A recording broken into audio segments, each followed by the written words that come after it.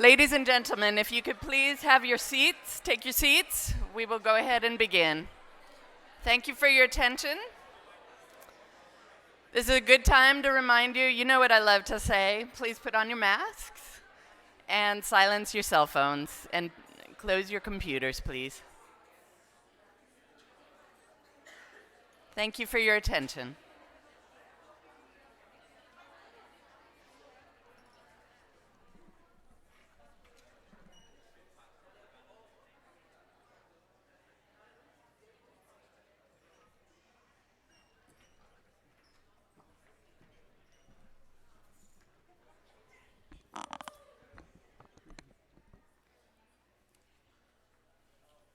Good morning. My name is Karen Brandenburg. I'm a program officer in the Bureau of Educational and Cultural Affairs in the Global Leaders Division. I handle the South and Central Asia region, and it's a true honor to be responsible for that region. Today, we have a lot to cover and just a short time. I'm going to speak fast so that we can hear from the real distinguished guests we have on stage today. The Professional Fellows Program Alumni Impact Award, known as the AIA Award, was created in 2014 to honor distinguished alumni of the Professional Fellows Program, including foreign fellows, but also U.S. placement hosts. AIA winners are selected by a panel of judges. Competition is fierce. For the 2022 application cycle, there were 240 applications received from alumni of the Professional Fellows Program from 65 countries, representing all 6 global regions of the world. Those regions are the Europe and Eurasia region, managed by my colleague Linnea Allison and Aaron Wooten. Please have a quick round of applause for Linnea, Aaron, and all the EUR fellows who applied, and for those of you in the audience who will apply in the future. Nalini Kane manages Near East Asia. We have a distinguished group of NEA fellows in the room. We hope you apply. Thank you, Nalini, for your work. Melissa Kirshner is the program officer for the AF region. We're pleased to have AF fellows in the room. We hope you apply in the future.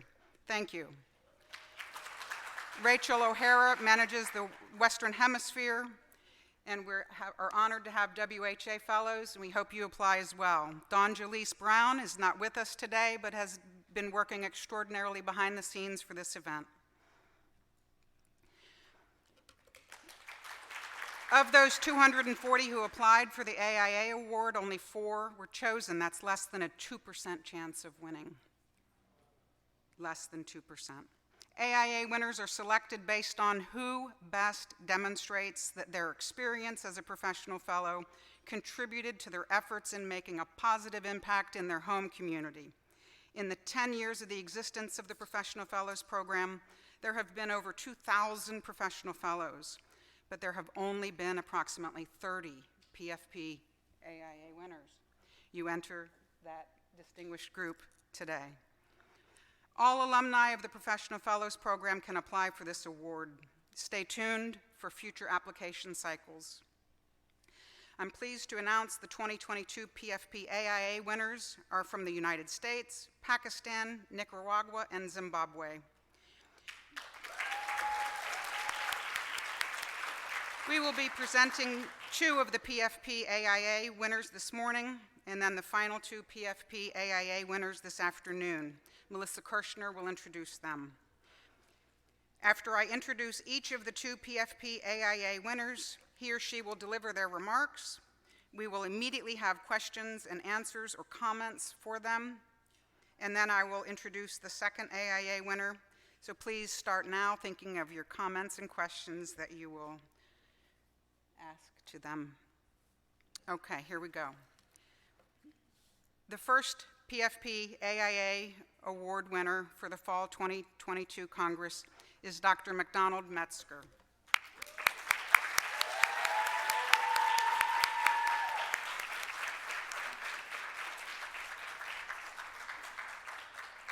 Dr. Metzger is the Director of Outreach and Engagement at the Institute on Community Integration at the University of Minnesota.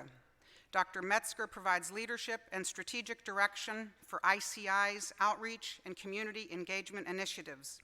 He supports the implementation of interdisciplinary training programs and community engagement activities with diverse, multicultural communities across the entire state of Minnesota. He is very active with the Association of University Centers on Disability that we all know as AUCD, a past award implementer of this program. Dr. Metzger is an alumnus of the AUCD Leadership Academy. He is a member of the AUCD Emerging Leader Community. He is the founding president of the US-based African Association of Disability and Self-Advocacy Organizations. He serves on the state of Minnesota's Home and Community-Based Services Community Advisory Board. His honors go on and on. He is co-chair of the Membership Development Committee of the National Association for Persons with Intellectual and Developmental Disabilities and Mental Health Needs. He has implemented disability inclusion projects in Kenya, Liberia, and the DRC, the Democratic Republic of Congo. He also has hosted 4 fellows of this program, 2 from Kenya, 1 from Uganda, and 1 from Ethiopia. I'll pass the floor now to Dr. Metzger and award him.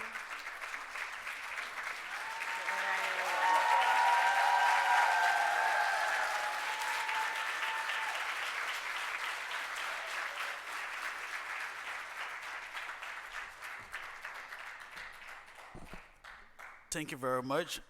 I actually want to say, before I give this back to Karen, that this award is for all of you who are here.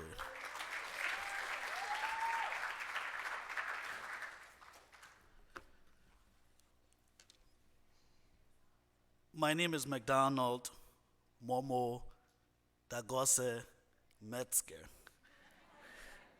I'm a true African with many names. McDonald Momo Dagose Metzger. Bingo. And I want to thank myself for being here.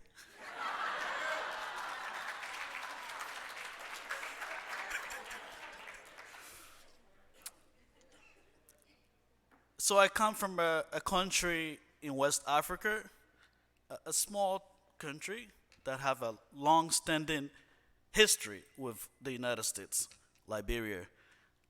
We've had 14 years of civil war, and much of my childhood was during that civil war. My parents and I were displaced. We lived in a displaced camp in huts made from bamboo and thatch, and the roofs were covered by tarpaulin. And there were nights where my dad, myself, my sister, when it was raining, my parents would wake us up, and we find buckets, pan, pots, and put it over the bed, over our stuff, so that our uniforms could not get wet, so that we can go to school the next day. I'm the only child in my family of 6 with a college education. I'm the only child of my family here in the United States. I come from a very humble family, and I'm proud and honored to be standing before you here today.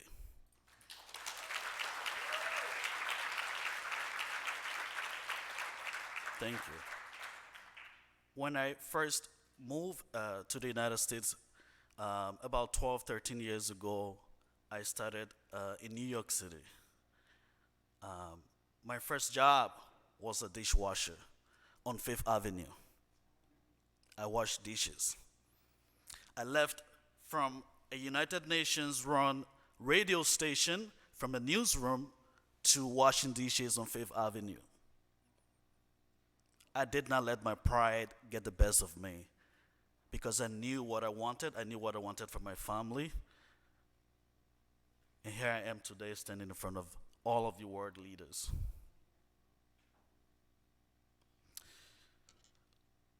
let me come to the PFP program. And I want to start with a quote from an article that we ran at the Institute on Community Integration at the University of Minnesota about the first follow-on project that I was involved with in 2019. Each evening and every time it rains, Esther Gina Juguna gathers the few food items she sells at an open-air market on the outskirts of Nairobi, Kenya, and gets them to safety. If she had a little shop with a roof and storage space, the widow and mother of two could sell more products and send her children to school. Nearby, Teresa Aiko Bolimo, a tailor, is trying to form a team of workers with disabilities to sew uniforms for area schools. The challenge?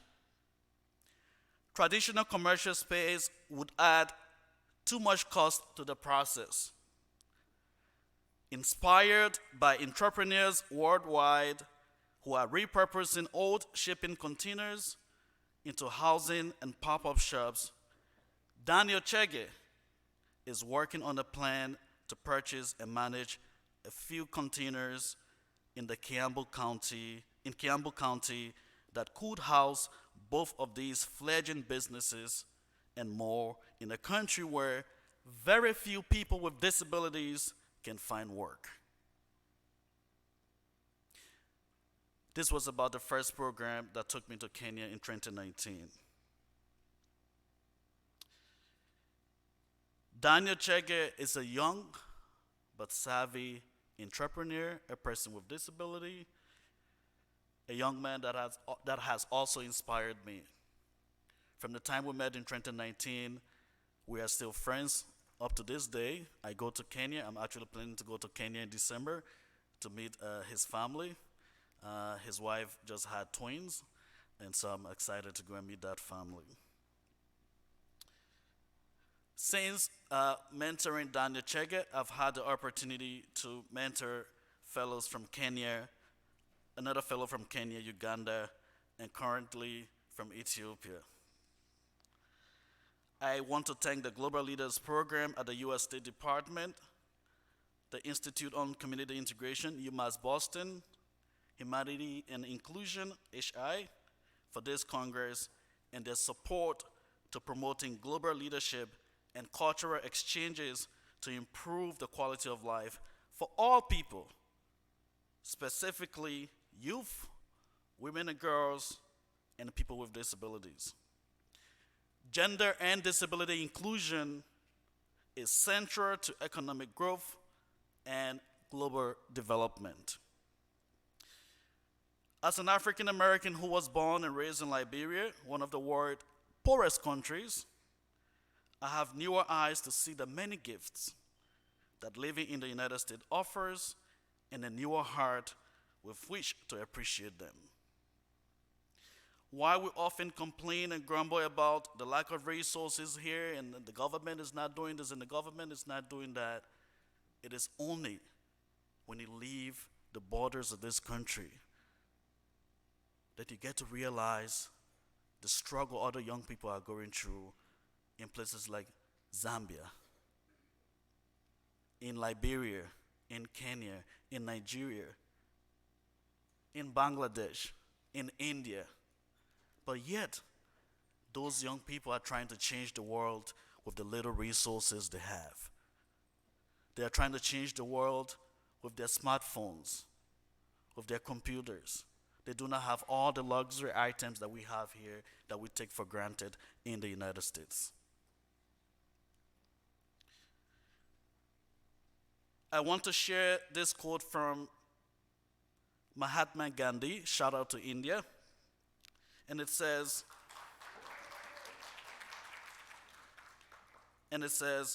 in a gentle way, you can shake the world.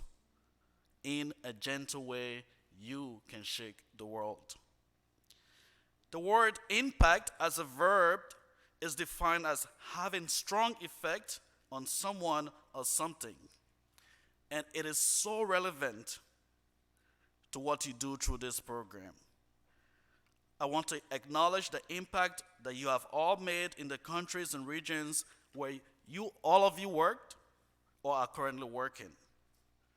All the many contributions you, the fellows, and the mentors who are here today have made to ensure the success of the PFP program and other leadership and cultural exchanges that are funded by the US government. Together, we are all indeed gently shaking the world. And some of us are doing this locally, in our communities, while others are doing it globally across countries, across different regions, and they're trying to make impact. I saw an app from someone in this room yesterday, and that the app is so interactive. It's on WhatsApp. You are able to learn from just staying on WhatsApp. And you can imagine how much you can do with such technology. And the person who innovated that technology is in this room with us. Shout out to you, brother.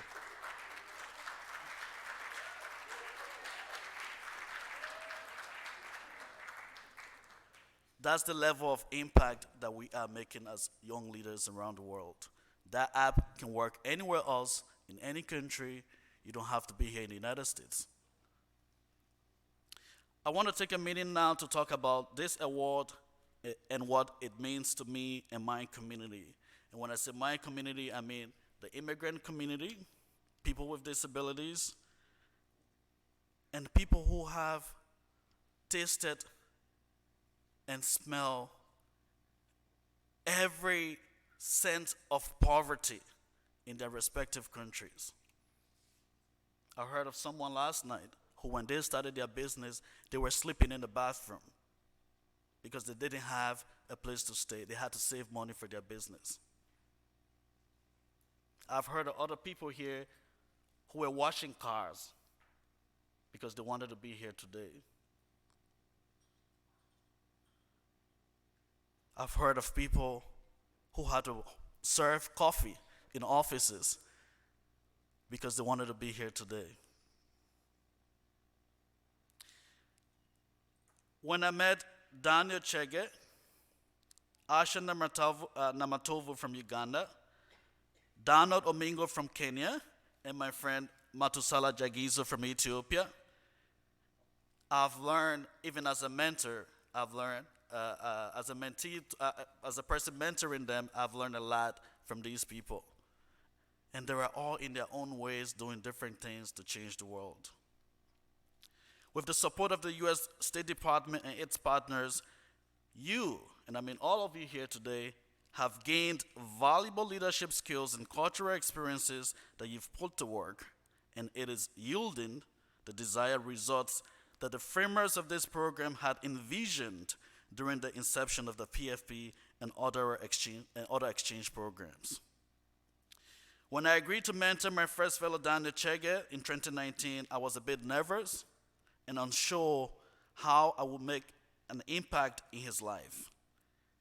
As I walked this path with Daniel, I found out that he was quickly picking up on some of the leadership skills and strength that I didn't realize I myself had. He was thinking fast on his feet, he became a visionary, and he wouldn't take no for an answer. And sometimes I even get upset with him and I say, man, come on, we can't do that. He's like, brother, let's try. He never gives up. When we had meetings with prospects, he would quote me. For example, he would say, Mark often says, focus on the low-hanging fruits and begin with the resources and contacts that you already have direct access to. I've also learned a lot from Daniel because when I was in Kenya last year, he trusted me. He's a rig sticker, right? He trusted me with his SUV that he bought from China, Subaru, that he bought from China or Japan. I think it came from Japan. And he allowed me to drive a right-hand drive car. I've never driven a right-hand drive car. From Nairobi, about 2 hours from Nairobi. I drove 2 hours of the actual journey. On the road, we drive here on the right-hand side. They drive on the left-hand side.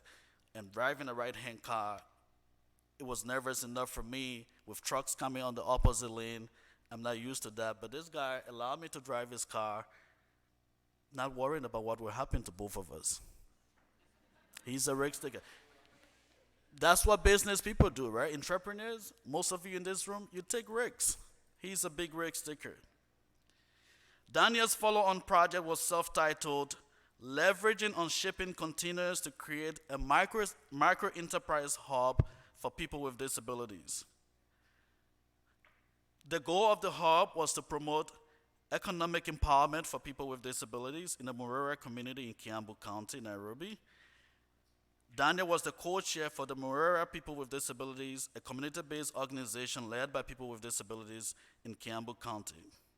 Eventually, I traveled to Kenya in 2019 and facilitated 2 days of training for members of that community.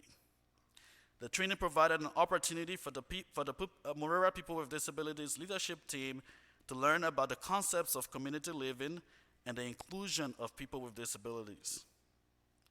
Daniel's vision was to ensure that people with disabilities can start and run their own businesses in a safe place with little or no rent cost.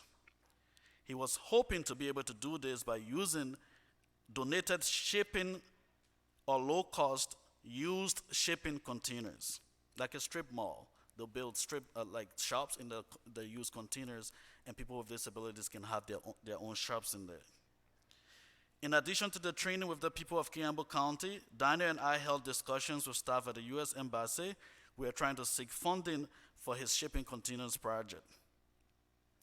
We ran into we met with the U.S. Ambassador Carl MacArthur at the time while he was having lunch in the cafeteria, because Daniel doesn't take no for an answer. We didn't have a planned meeting. We were leaving, and he said, "Can we see the ambassador?" And someone said, "Well, let's see if he's here." And we were trying to go to his office, and we met him in the cafeteria trying to get lunch from the vending machine. And he talked to us, and we said, "We're doing some work in Kiambu County." He said, "Well, even before becoming an ambassador, my father and I were here. I know Kiambu County. I know about the struggles of the people there." But here's what happened quickly after that. Even though we did not get any support for that particular project, few months later, we were fortunate to get a grant from the U.S. State Department that it was $50,000. You might say it's not a lot of money, but that money was able to enable us to provide entrepreneurship training to people with disabilities in Kenya who had small and medium-sized businesses. About 300 people benefited from that project, all because Daniel could not take no for an answer. Later that week when I was in Kenya, while I was preparing to come home, I thought I was done with everything. I was done with the training. Daniel mentioned that we had a scheduled meeting with the Vice Chancellor of Daystar University, Laban Ayiro. I've never heard of Daystar before this meeting, even though the church that started Daystar is in my home state, Minnesota. I thought that it was just an acquaintance meeting, but I was in for a surprise.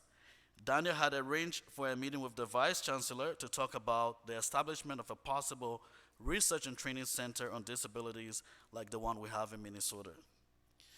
To cut the story short, we met with the leadership of the university, and they quizzed me about the establishment. I wasn't prepared for it, but I had slides, I had some flyers about our center. I passed it around, and I was able to justify why it was important for us to establish this center.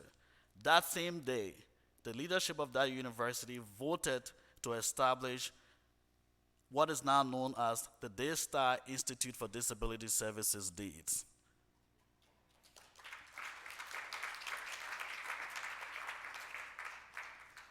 And with the $50,000 grant that we got from the State Department, we were able to bring in partners.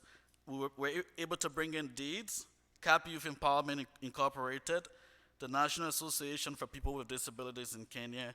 We were able to implement the project in Nairobi. Lamu, Mombasa, Nakuru, and other coastal cities. This is the impact that global exchange programs, such as this one, the PFP program, can create. Today, even though Daniel is no longer at Daystar University, the center is operational, and ICI Minnesota is currently working with them to launch a graduate certificate program in disability studies. And Daniel has moved on to establishing 3 companies that also employs people with disabilities in Kenya. He is gently shaking the world, and he is making impact. Although he could not be here tonight, he sends his regards to all of you this morning. I know that you, my fellow awardees, and all the guests here of this Congress, your family members, and the fellows here are in the impact-making business. My friend there is smiling. As I close, I want to leave you with a final quote by Alice Wong, a U.S. disability rights advocate, author, and storyteller from her book, Disability Visibility, First-Person Stories from the 21st Century. There is so much that able-bodied people could learn from the wisdom that often comes with disability. But space needs to be made. Hands needs to reach out. People need to be lifted up. The story of disabled success has never been about one solitary disabled person overcoming limitations. Despite the fact that's the narrative we often read in the media. The narrative trajectory of a disabled person's life is necessarily webbed. It's interconnected. We are often only as strong as our friends and family members make us. Only as strong as our community. Only as strong as the resources and privileges we have. I'm grateful for the opportunity to speak to you today, and I want to thank my colleagues at the Institute on Community Integration, ICI Minnesota, and the Regents of the University of Minnesota for this opportunity. To all the fellows I've mentored, Daniel Chege from Kenya, Ashana Matovu from Uganda, Donald Omingo from Kenya, Matusala Jagizo from Ethiopia, who I'm mentoring right now, I want to say many thanks for the opportunity to work with you guys, and I want to thank you for giving me the opportunity to also learn about your respective cultures. I want to specifically thank Patricia Harrison here, and I'm sure all of you will agree with me that she and the World Lending team have done an excellent job to put this Congress together. Patricia, thank you so much.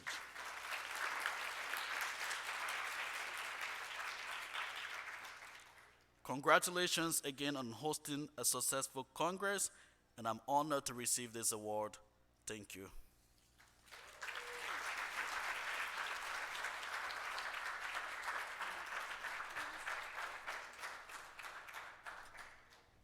For those who have questions or comments for Dr. Metzger, I believe there's circulating microphones. Maybe just stand up or raise your hand and a microphone will come to you. All right. Thank you very much. I will not say doctor in English, but I will say daktari, and daktari is doctor in Swahili. Thank you very much for that moving speech, and thank you for everybody, and for the panel that decided to give you this award. It means a lot to me and other persons with disabilities. And I would like to make this comment because it is very important that I make it this afternoon. And as persons with disabilities, we have been patronized for the very resilience that has seen us through systematic injustices. It does not break us. Here we are again. Here we are at it again. Probably a last of many, but with might, pride, and hope we rise again. And to every person with a disability in this room and everybody who works around disability inclusion, I would like to request you this afternoon, just listen and just be intentional. And thank you very much, Daktari, for the work that you're doing for persons with disability. Asante sana. Asante sana, my brother. I'm honored.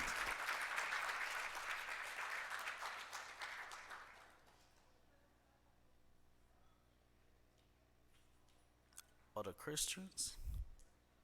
Yes, sir.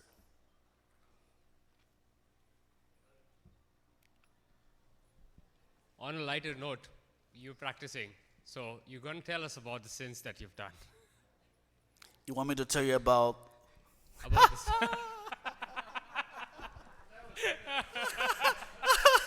Nah, we laughed about that yesterday, right?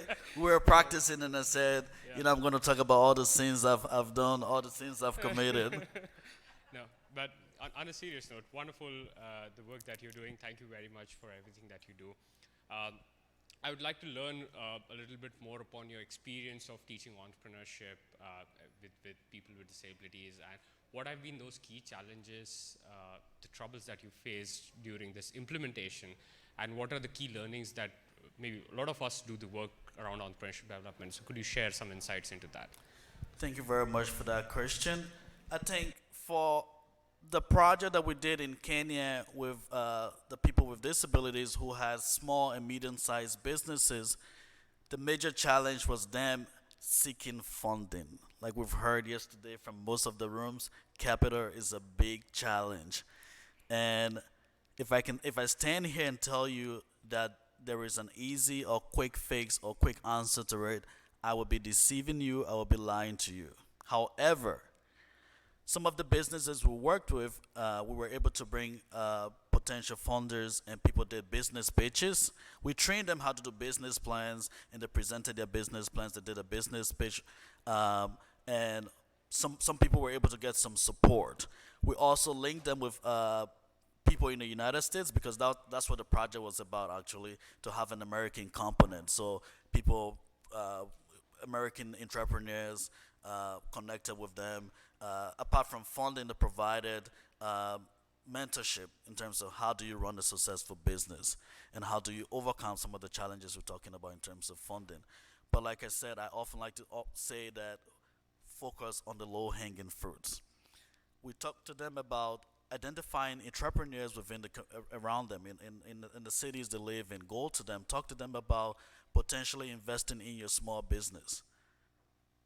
Putting your shop, how most of these underdeveloped countries, people have just tables where they do businesses. Can I put my little table by your supermarket? At least you have foot traffic coming, and that foot traffic can pass by my business, and that way people are able to buy my little cigarette or whatever I'm selling, and my children and I can survive from that. Most of the people who are doing businesses, or the people we work with, are not having large supermarkets, $2-3 million businesses. They are doing small businesses, mom and pop businesses. We call it in Liberia hand to mouth businesses, where they get little profit, and that profit they go right to the market, buy food for their children. So those kind of businesses, to find funding is hard, it's difficult, but because most people are not interested in small businesses like that. They're interested in businesses like yours, where they can spend millions and millions and get millions and millions back. I hope I've answered your question. Thank you. We do one more? Okay. It could also just be a comment.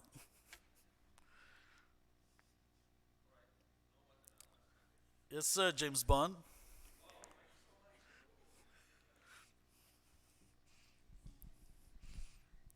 It's very simple. Would you be my guest in Pakistan someday?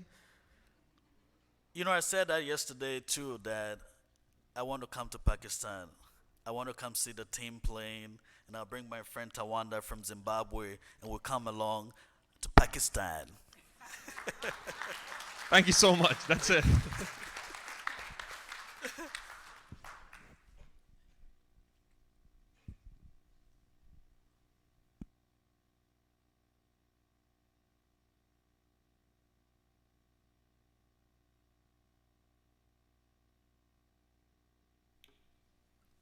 Incredible emerging leaders like Dr. Metzger and Miss Mary James Gill, and those of you in this room are out there in the world, but we at the U.S. Department of State only get to meet you on our exchange programs because of the close partnerships with the U.S. NGOs and universities who share our devotion to these programs. Quick round of applause for our implementing partners.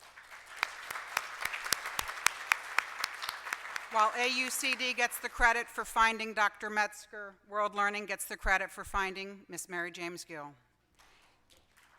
It's my distinct pleasure to introduce her as quickly as I can. Miss Mary James Gill is from Pakistan. She was a participant in the Professional Fellows Program implemented by World Learning in 2017. She's a human rights lawyer, an activist, a former legislator, and a policy researcher. She's also an author. She is currently the executive director of the Center for Law and Justice, which is a minority-led policy research, advocacy, and development organization that advocates for disadvantaged communities and groups. Ms. Gill is the founder of Sweepers Are Superheroes, which is Pakistan's first advocacy campaign to outline the horrific attitudes and working conditions of sanitation workers. Her work raised awareness of the dignity of sanitation workers and their need for both safety and social protections. In recognition of providing a new paradigm for sanitation workers, Ms. Gill received the prestigious Swedish Anna Lindh Prize in 2020. In 2021, she received the Human Rights Prize of the French Republic. Despite the challenges of entering a profession in Pakistan in which most are male, Muslim, and of higher caste, Ms. Gill invited herself into that world. She became a lawyer and a politician. As a legislator, she contributed to enacting laws related to women, children, and religious minorities. From 2013 to 2018, she was a member of the Pakistan Legislative Punjab Assembly, and from 2015 to 2018, she was the convener of the Punjab Minority Advisory Council. Ms. Gill recently completed a master's degree in public policy in 2021, continuing her education despite her honors. She currently serves on the Global Advisory Committee of the Initiative for Sanitation Workers, which is a global advocacy partnership for the health, safety, and dignity of sanitation workers, which is a collaboration between the International Labor Organization, the World Health Organization, the World Bank, WaterAid, and SNV, Netherlands Development Organization, and is partially supported by the Bill and Melinda Gates Foundation. Ms. Gill is the co-author of Pakistan's pioneer research, Shame and Stigma in Sanitation, Competing Faiths and Compromised Dignity, Safety, and Employment Security of Sanitation Workers. She is the lead author of Stories of Resilience and Resolve, an intersectional study on the plight of non-Muslim women and girls in Pakistan, published in the year 2022. We know what she did through the pandemic. She was writing. Congratulations.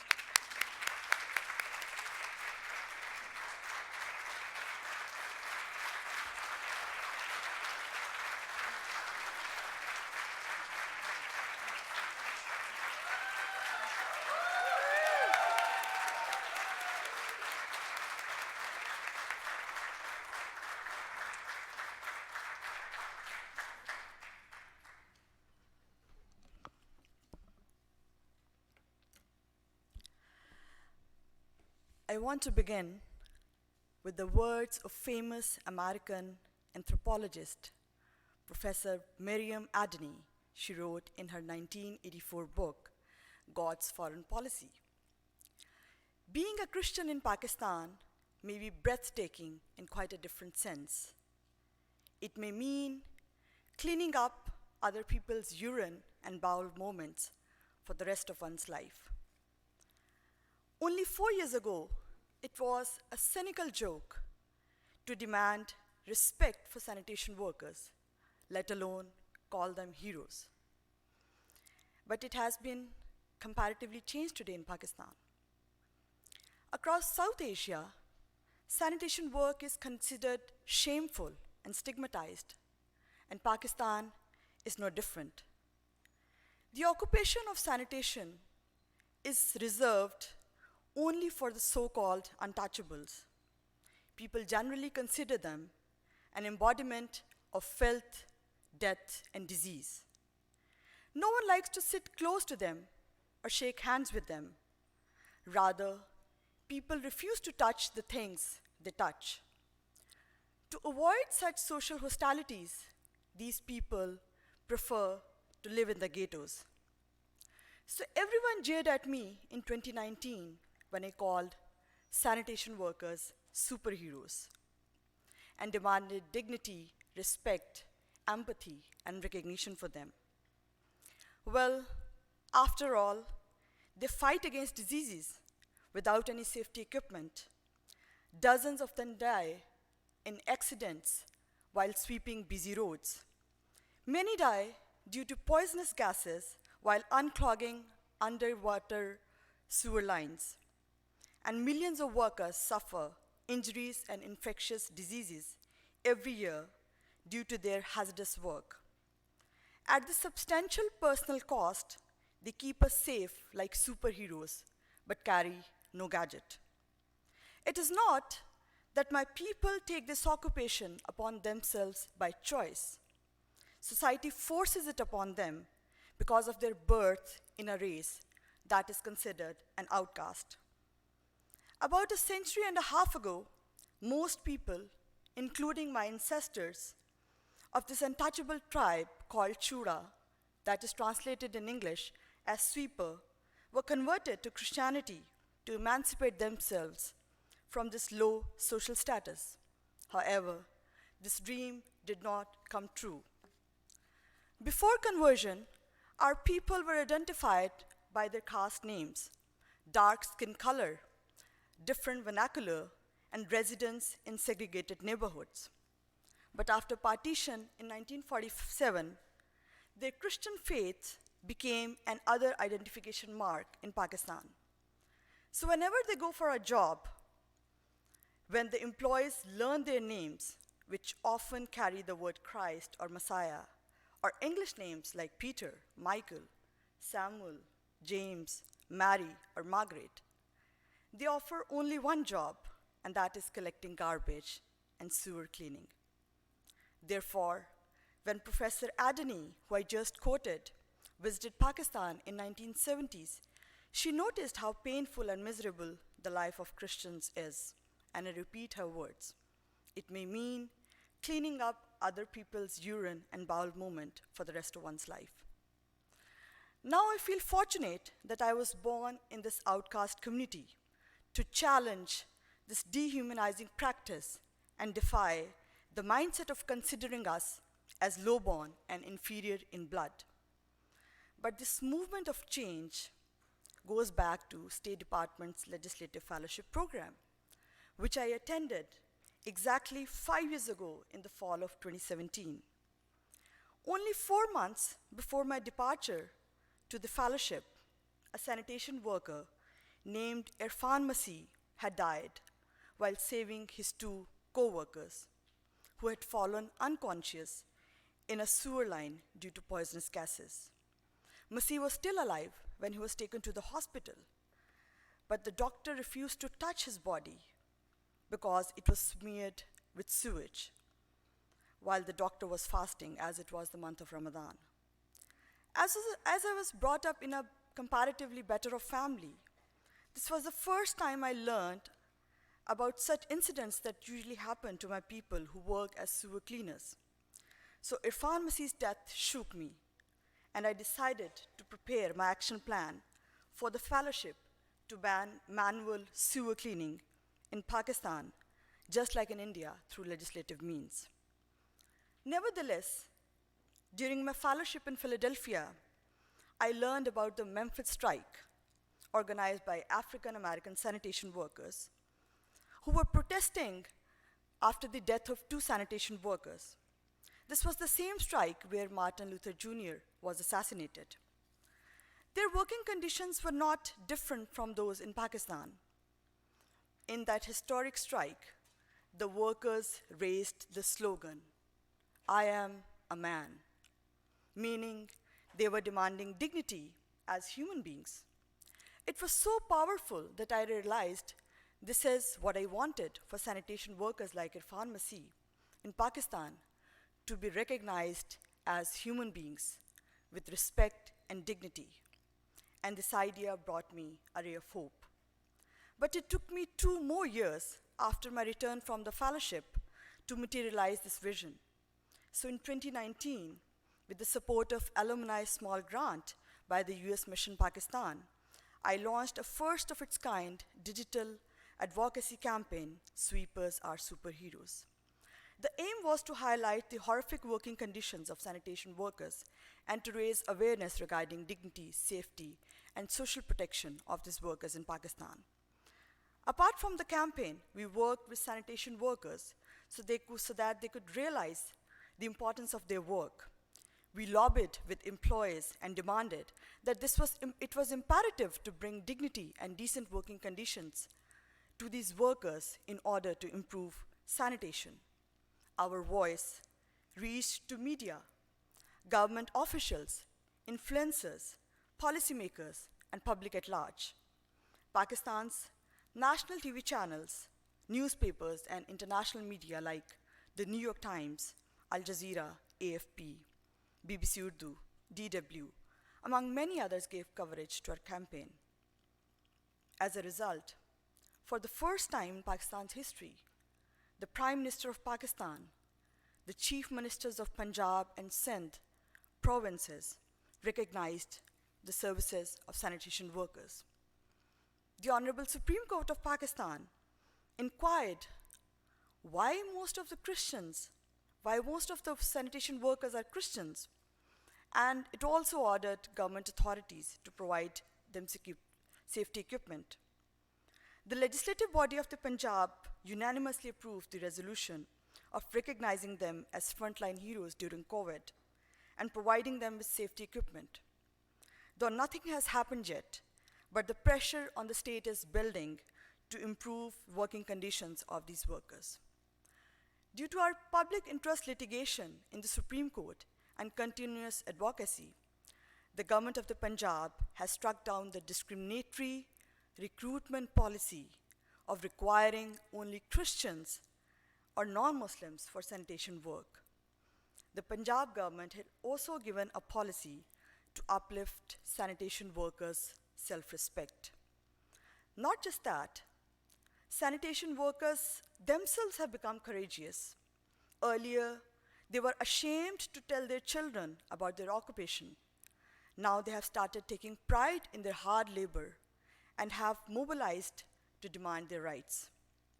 Due to our struggle, international WASH stakeholders are slowly awakening to this challenge. Our research on sanitation workers is now being used as one of the 4 international studies by WaterAid International for city-level profiling of sanitation workers.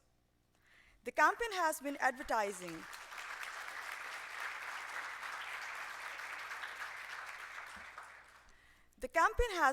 advising the Initiative for Sanitation Workers, a joint advocacy global project of WHO, ILO, World Bank, WaterAid, and SNV that is partially supported by Gates Foundation. And only 3 months ago, ILO has begun unionizing sanitation workers. Interestingly, their work is a replication of the work we are doing with the support of French Human Rights Prize and Initiative for Sanitation Workers. So the impact of our work is not limited to Pakistan, but it is helping to improve the working conditions of sanitation workers in other developing countries. Although we took this initiative only 4 years ago, the Pakistani state and Pakistani people have started realizing how inhumanly they treat sanitation workers. Nonetheless, this is just a beginning. We have a long way to go, but the change is visible. This gigantic work, however, is not by me alone, but by many thoughtful individuals. Firstly, I'm thankful to my campaign's co-founder, Asif Akil. With his scholarly labor, I understood why Christians are hated so much and treated as untouchables in Pakistan, and why many sanitation workers come from non-Muslim backgrounds, despite being less than 4% of the total population. Professor Said Shafkat and Professor Rahimul Haq helped us make our work more academically sound. Politicians like Ahmad Iqbal and Sara Iftikhar stood out through the campaign with us. Renowned lawyer Said Ali Raza Shah's support as an alumni and a pioneer volunteer of the campaign has been pivotal. I thank Ashab Lodhi and Jamaluddin Gazamfar from US Mission Pakistan for supporting this cause. Many thanks to the senior police officer, Suhail Zafar Chatta, whose exceptional support to the Christian community after Irfan Masih's death provided an impetus to fight against this hatred. I'm also indebted to all our friends from across the world, especially Julia Bicknell from World Watch Monitor, Jane Goldblum from Anti-Defamation League, Andre Hueso from WaterAid International, Sam Taylor from End Water Poverty, Thomas Clear from Minority Rights Group International, Professor Sally Coward from Sanitation Workers Forum, Professor Maris Tadros from Institute of Development Studies, board members of Anna Lindh Memorial Fund Sweden, and National Consultative Commission on the Human Rights of the French Republic, Professor Paul Rollier from the School of Advanced Studies in Social Sciences, Meena Verma from International Dalit Solidarity Network, and Alice Shekungost from Goetz Foundation, who have been steadfast supporters of this campaign throughout these years. I'm also thankful to our pioneer volunteers, Shafiq Masih and Joseph Masih, both sewer cleaners who deserve special recognition. They stood with us when no other workers were willing to speak about issues of sewer cleaners. I'm thankful to the entire staff of my organization, Center for Law and Justice, who supported this work voluntarily. I'm incredibly grateful to 2 times Oscar winner Sharmeen Obaid-Chinoy and her team for producing a documentary on the challenges faced by children of sanitation workers who are often discriminatory against and bullied in school for their parents' work and descent. The documentary is now being used as an advocacy tool to eliminate systemic discrimination against Christian sanitation workers in Pakistan. Our future goal is to empower children of sanitation workers through education and skill development. We see it as the only way to break the chains of generational poverty and shared prosperity and bring shared prosperity to emancipate future generations from shame and stigma. This award is also significant because my mother, Nasreen Kotha, my brother, Simon Gill, and sister-in-law, Nasreen Gill, are here. They deserve a special mention too because this campaign would not have been sustained without their moral and financial support. I wish my daughter Marion, Christina, brother Silvan Gill, and my colleague Asaf Akil were also here to witness this important moment. Lastly, I want to thank everyone at the State Department and World Learning, especially Patricia Harrison, for giving me this life opportunity through LFP and choosing me worthy of Alumni Impact Award. This is not the recognition of one person, but the acknowledgement of the collective wisdom of my American and Pakistani colleagues who helped me bring change to the community I represent. And I hope this journey will inspire my professional fellows to return to their home countries and use their experiences to impact their communities. Thank you everyone for your patient listening. God bless America. Long live Pakistan.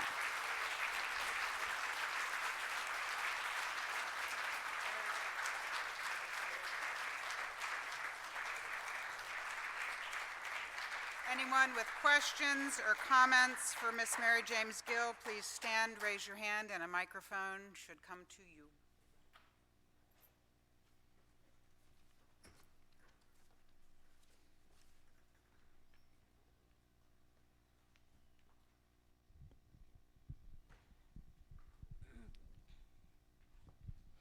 Firstly, Mary, thank you for sharing your journey. Very powerful. And I'm a bit emotional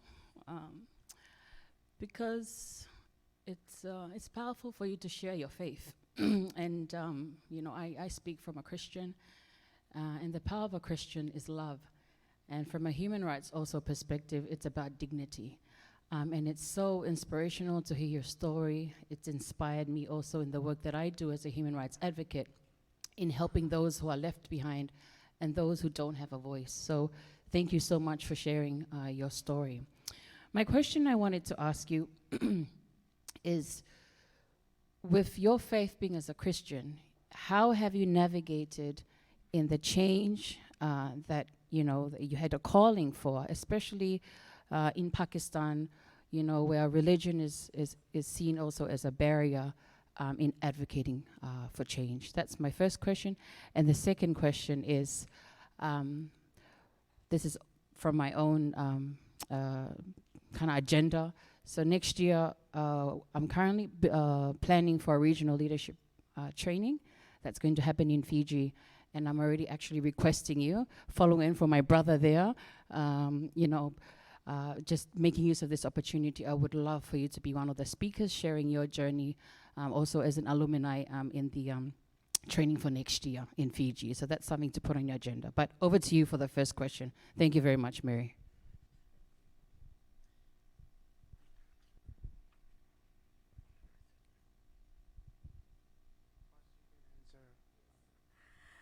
Thank you so much. I'm truly moved, and thank you everyone. I know it was difficult.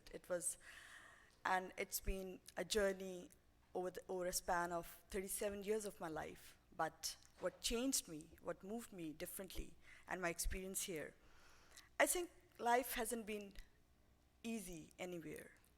Not just as a woman, but coming from a minority background, brown-skinned. And then when it's always difficult, and it's not different from everyone sitting right in this room. We understand that intersectionality has its own challenges. But I think what keeps me motivating, and especially after starting this campaign, when I meet those people, and my journey as an activist too, and as a human rights too, it's a difficult journey. But when I see that the hope and the courage that this work has given to people I work for and with, this is something that keeps me moving. And I think this gives me some hope that there is something we should continue. And even if it's a Muslim majority country, but I must admit that this would not have been possible without the support of those thousands of brave people who stood with this campaign. I only named few. But there have always been people who wanted me to get myself forward. And this is, I think, the support system is very important. You'll always find people who would want to join your vision, who would want to join you as a leader and follow you. So I think I owe this to the people of Pakistan, to those all people who want to see Pakistan as an enlightening, prosperous country, and who want to eliminate all kinds of racial discrimination, all kinds of discrimination based on work and descent. And I think this has been my power. The people I work with and the people I work for. These two come together and give me strength. And thank you so much. I'm truly honored to get this invitation. I think, yeah, we should surely meet, and we can discuss. I'd be more than happy to part of it. Thank you. Hello. Hello. Thank you so much, Mary, for your wonderful story and sharing your experience. I'm Rampukar Mohara from Nepal. I'm very much happy to be here. I think I am the first person to represent my community from Nepal. So I'm very proud of me, and I would like to thank you myself. While you are sharing your story about the Ifran, I remember Buddhu Sada from Nepal. He belongs from the Dalit community, and he died during the COVID because of hunger. And it was so connected. Every story you were sharing, I was remembering all my communities. Um, and it's so connected. I'm so pleased to be here. And I would like to uh, request you to be my mentor, so I could work with you together. We have so many stories together. We share the same kind of story. So I'm very proud to share that right now, because we feel very awkward when you share about our background, but I'm very proud that I'm a Dalit. I belong from a so-called low-caste people, and I'm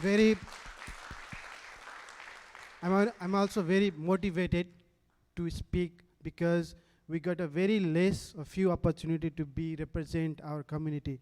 So it will be my great honor if you accept my proposal to be my mentor. Thank you. I don't have any question. Thank you. Hi. First of all, thank you very much for a very powerful story and a message. I'm Ali, and I'm a fellow Pakistani. I don't have a question, but I have few words to say. First of all, I would like to, appreciate the sacrifices the Christian community has given for the development of Pakistan as a nation.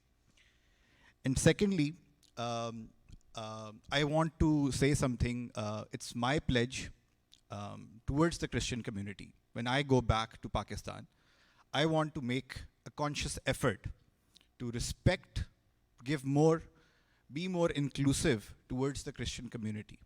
And also not just towards myself, but also towards my family, friends, the company that I work for. And make this actually norm that sweepers are the superheroes of Pakistan. And the sacrifices the Christian community has given, they should be honored. Thank you.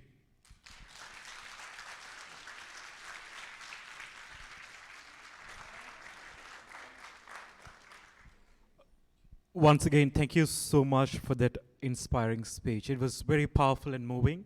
My name is Benislis Tushan from Sri Lanka. I have a quick question. Sweepers are the superheroes is the campaign you said.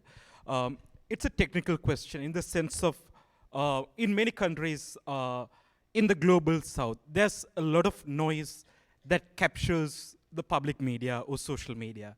So how were you able to drive that message through the noise?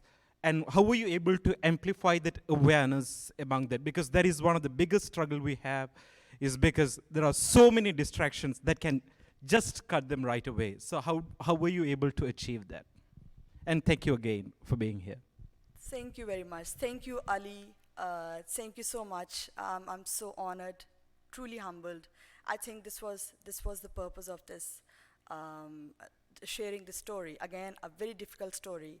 And I have been, there has been a lot of, not just noise, but a lot of abuses, even from my own community, that why are you even talking about it? And this identity, it's a stigmatized identity, and associating yourself with that is not easy. But I can already see that people could relate to it, and especially coming from South Asia, we understand the culture of untouchability, despite the fact we have so many international obligations. We are talking about eliminating racial discrimination, and caste-based discrimination is one major element, but still we're struggling with that.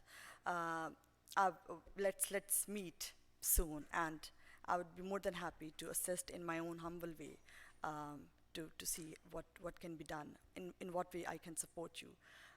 Ali, I'm so grateful. There are so many people like you, as I mentioned earlier. Because of people like you, their pledge has made this possible, that we have been able to understand that this exists, this is the reality. This is not just a make-up story. This is what people suffer every day. But we haven't heard about it. And then this answers to your question. How we were able, when there is a lot of noise, and it's not as simple as I'm saying that, but it took my thousands of hours to understand how to get it done. But one thing I was sure about back in 2019, because we had no money, but we really wanted to work on it. So social media could be one way.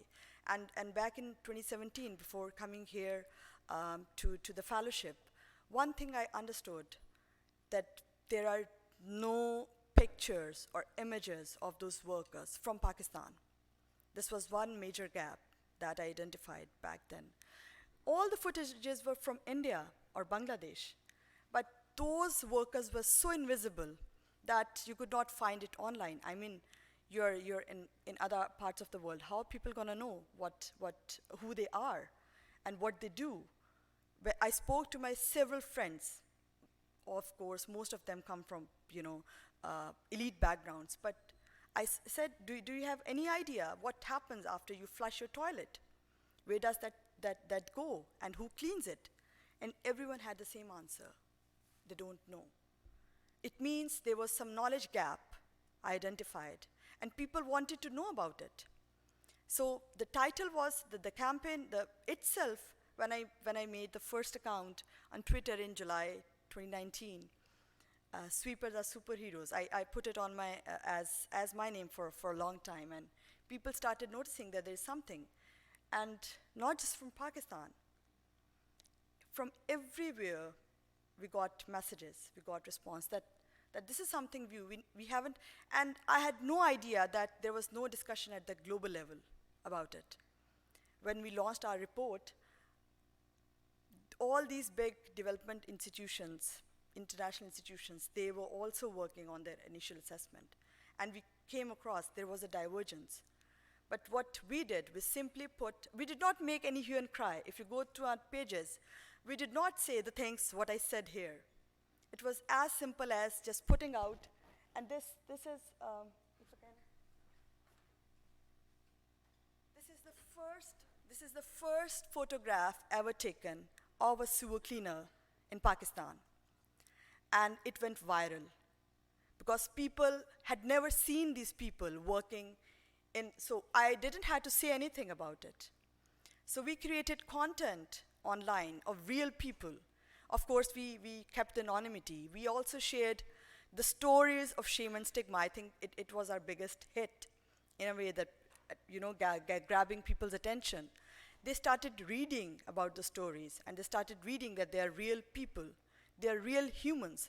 They are not people who just come and go away and we don't even see them because they usually work in dark. So this, amid when we're talking about, and this is, again, it's social innovation. Our civil society organizations are not usually receptive to the idea of digital advocacy, and I can proudly say that we have done it. Simply digital advocacy. Of course, we later had some grassroots initiatives too, but still people, if there is some incident, people simply share information with us. I posted, and I still operate all those pages myself. It's a lot of effort, but it has given people hope. And this is how we got covered. We had no money to share press releases to the media. We had no money to tell people that this is what we are doing. This is the power of social media, and we are living in this world where we can actually make a difference. We just need to think out of the box. So just few things. We are still working on stories of death and disease.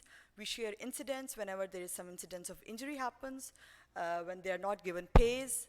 We try to become their voice, and this has been the success of this story. Sometimes, yes, even now, some death incidents even do not get any coverage because there is a lot of other noise, especially political or otherwise.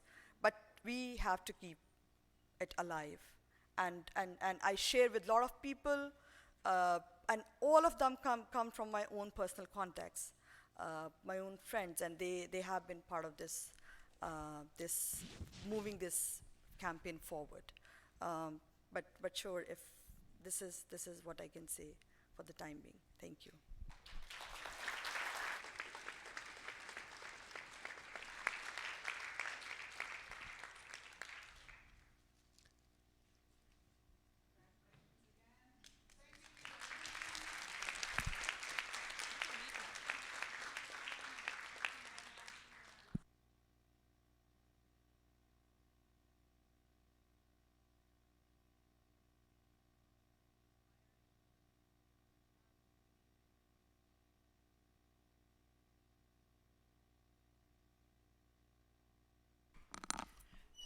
Sorry. We have a box lunch to share today. There will be a quick turnaround, and so we invite you to take a box lunch starting at 12:30. Perhaps you'd like to spread out around the hotel, maybe even go outside. There are a lot of nooks and crannies in the hotel if you like, and of course you're welcome to eat your lunch in here if you like. We will begin again with the next session at 1:45. And for those who are interested, I'll announce that the halal meal is vegetarian today, and so you will find that designated outside. Please enjoy your lunch, and we'll see you back at 1:45.